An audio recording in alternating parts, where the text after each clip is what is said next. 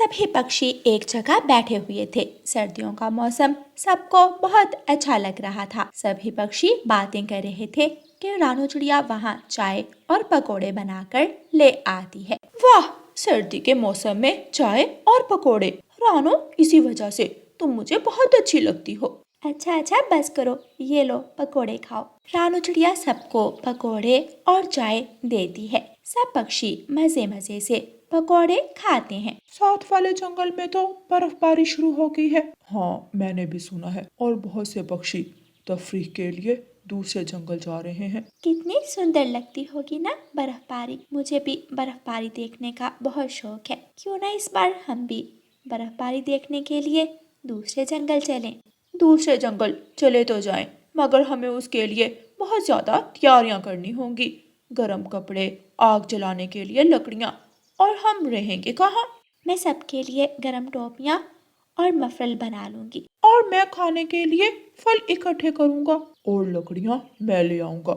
ये तो बहुत अच्छा हो गया। फिर तो हम जल्द दूसरे जंगल जाएंगे। और गौरी बहन, आप लाओगी कपड़ा जिससे हम अपना खैमा बनाएंगे। अच्छा ठीक है, मुझे तो लगा मुझे माफी मिल गई काम से। तो आज ही सब पक्षी अपने अपने काम पर लग जाएं। रानू चिड़िया सबके लिए टोपियां बनाने लगती है। मम्मा, आपने हमारे लिए तो टोपियां बना ली थी, अब और टोपियां किसके लिए बना रही है? ये टोपियां मैं बाकी पक्षियों के लिए बना रही हूँ। हम सब दूसरे जंगल बर्फबारी देखने के लिए जा रहे हैं। बर्फबारी? क्या सच मम्मा? मम्मा, मैंने अपनी किताब में बर्फबारी की तस्वीर देखी थी, वो बहुत सुंदर थी। तो असल में बर्फबारी कितनी प्यारी लगती होगी। हाँ बच्चों, हम सब खूब एंजॉय करेंगे। गुड़िया और कुकू बहुत खुश होते हैं। चलो मिठू बेटा, हम जल्दी से फल इकट्ठे कर लें। पापा, क्या गुड़िया और कुकू भी हमारे साथ जाएंगे? हाँ हाँ, हम सब जाएंगे। कीकी भी, गुड़िया, कुकू और जग्गू भी। जग्गू भी? मगर वो तो हमसे लड़ाई करता है। नहीं करेगा लड़ाई। चलो अब जल्दी करो। तोता छोटे मिठू को साथ लेता है और फल लेने के लिए चला जाता है। माँ जी, क्या आपके पास कोई बड़ा कपड़ा है जिससे खैमा बन सके? हाँ, कपड़ा है, मगर तुम खैमा ही ले जाओ। मेरे पास बने हुए खैमे हैं। ये तो फिर बहुत अच्छा हो गया। माँ जी, आप ही हमारे साथ चले ना। ना बेईना, मेरी हड्डियों में अब इतना दम नहीं है, तुम सब जाओ।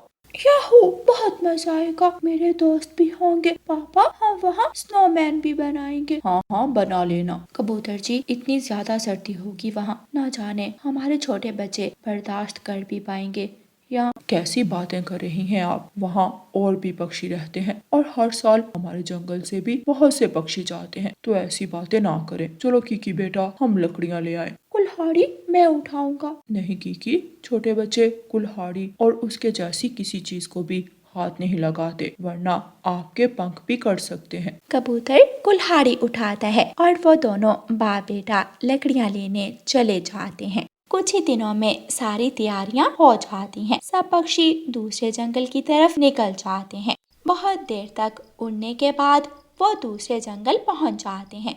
दूसरे जंगल में हर तरफ बर्फ ही बर्फ थी। वो सब मिलकर वहाँ अपने अपने खैमे लगाते हैं। रानो बहन, हमारी टोपियाँ दे दे, बहुत सर्दी लग रही है। रानू चिड़िया सबको उनकी टोपियाँ दे देती है। गौरी बहन, आप भी टोपी पहन ले। ना भाई, मैं ये टोपी पहनकर अपनी ब्यूटी खराब नहीं करूँगी।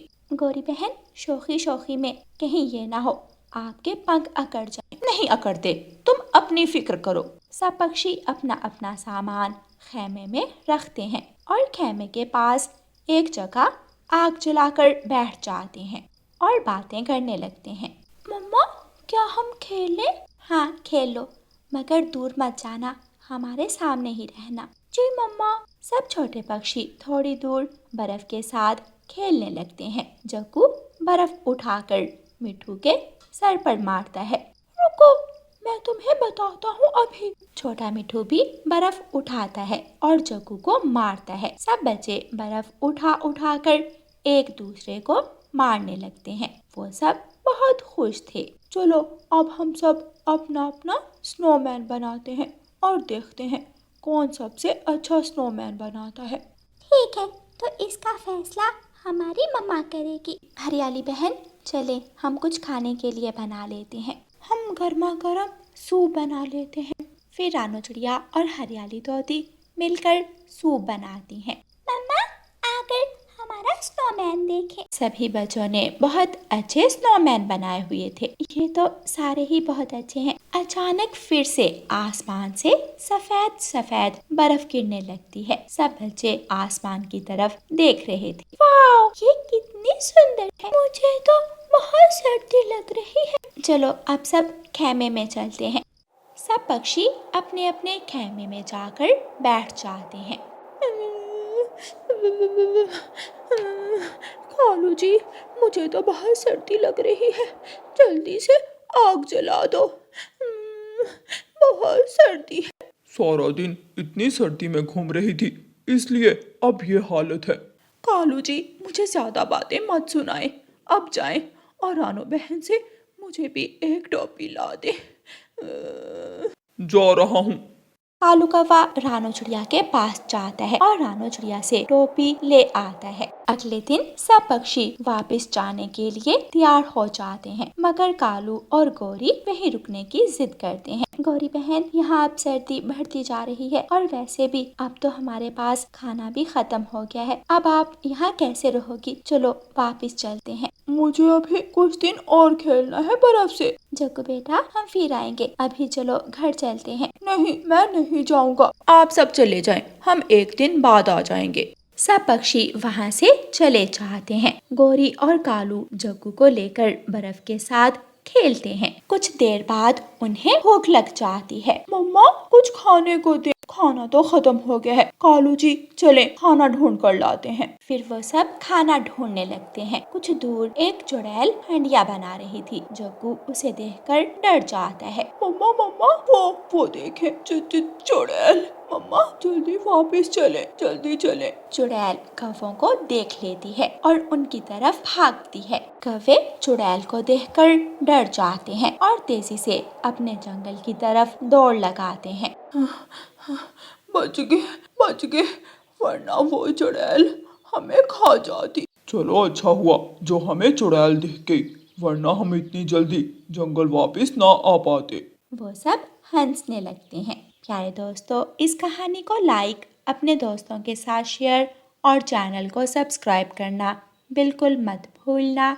आपका धन्यवाद। रानो चिड़िया की ऐसी कहानियाँ सुनने के लिए YouTube सर्च बार में रानो चिड़िया की कहानी लिखें या फिर ये बटन दबाकर बोलकर कहें रानो चिड़िया की कहानी।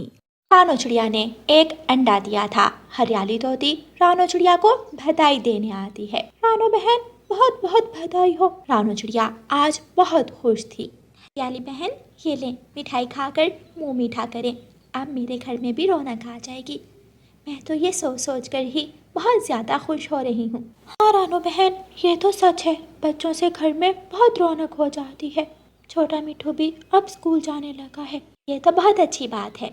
रानो चिड़िया और हरियाली तोती बातें कर रही थी कि तेज बारिश शुरू हो जाती है। लो, बारिश शुरू हो गई, अब मैं चलती हूँ। मिठू भी घर आ गया होगा। बारिश रुक लेने दे, फिर चली जाइएगा।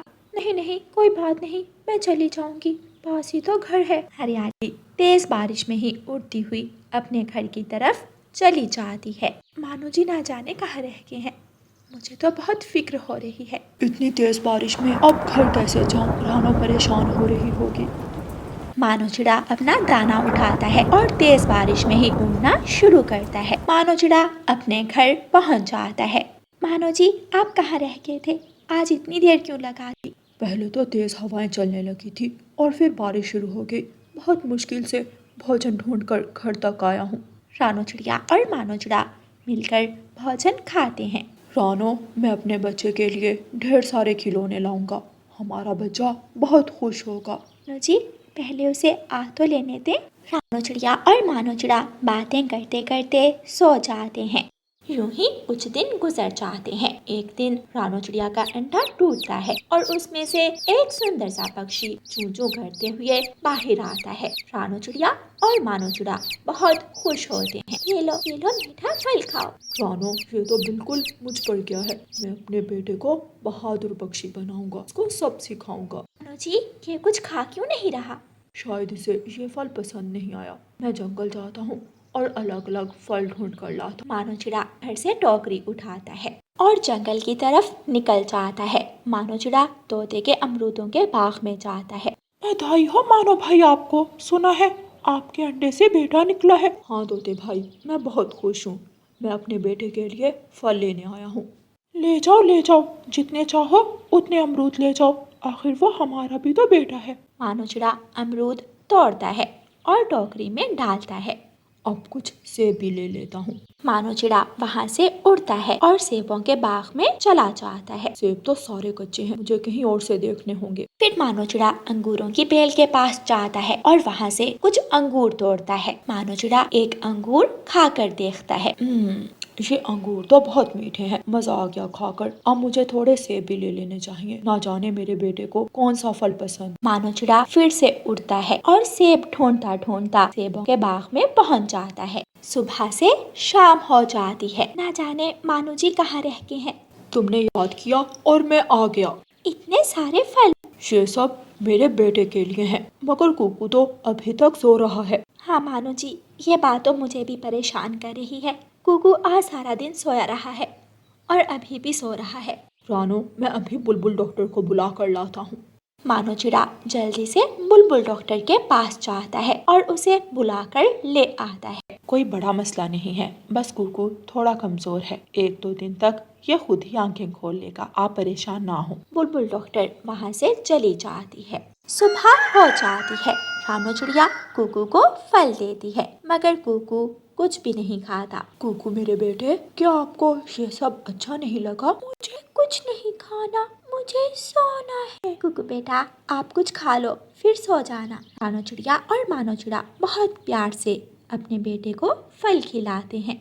वो दोनों अपने बेटे का हर तरह से ख्याल रखते। यूं ही दिन गुजरते गए। कुकू अब बड़ा होने लगा था। कुकू अब स्कूल भी जाने लगा था। कुकू के पापा कुकू को लेकर बाजार जाते हैं। पापा, मुझे वो वाला बैग लेकर दे। भाई साहब, वो बैग दे दें। कितने का है वो बैग? वो बैग तो 500 रुपए का है। 500 रुपए का? इतना महंगा? इसमें क्या खास बात है? जो भी है, मगर ये इतने में ही मिलेगा। पापा, मुझे वही बैग लेना है। मानो चिड़ा मन ही मन सोचता है। मेरे पास तो सिर्फ 500 रुपए ही है। अगर बैग ले लिया तो अपनी दवा नहीं ले पाऊंगा, और ऑटो का किराया। जो भी है, मेरे बेटे का मन है इस बैग पर। मैं इसे ये बैग ज़रूर लेकर दूंगा। मानो चिड़ा वो बैग लेकर कुकू को दे देता है। मेरे पापा बहुत अच्छे हैं। पापा, हम ऑटो पर जाएंगे ना? नहीं बेटा, आज हम उड़कर जाएंगे। मगर मैं तो थक जाऊंगा, मेरे पंख दर्द करने लगेंगे। कुकू बेटा, आज हम रेस लगाते हैं, बहुत मजा आएगा। फिर मानो चिड़ा अपने बेटे कुकू को अपने कंधों पर बिठाता है और उड़ने लगता है। यूं ही दिन गुजरते गए। एक दिन कुकू अपने पापा से कहता है, पापा, हमारे स्कूल में सब बच्चे ऑटो में आते हैं और मुझे उड़कर जाना पड़ता है। पापा, आप मुझे भी ऑटो में छोड़कर आया करें। कुकू बेटा, मैंने आपको समझाया था ना, जिद नहीं करते। आपके पापा आपकी हर बात मानते हैं। आप अपने पापा को परेशान मत किया करो। रानो, कोई बात नहीं, अब से मैं थोड़ी मेहनत ज़्यादा कर लिया करूँगा, मगर मैं अपने बेटे की हर इच्छा पूरी करूँगा। कुकू के मम्मा पापा गरीब थे, मगर वो अपने बेटे को अमीरों वाली ज़िंदगी देते हैं, उसकी हर इच्छा पूरी करते हैं।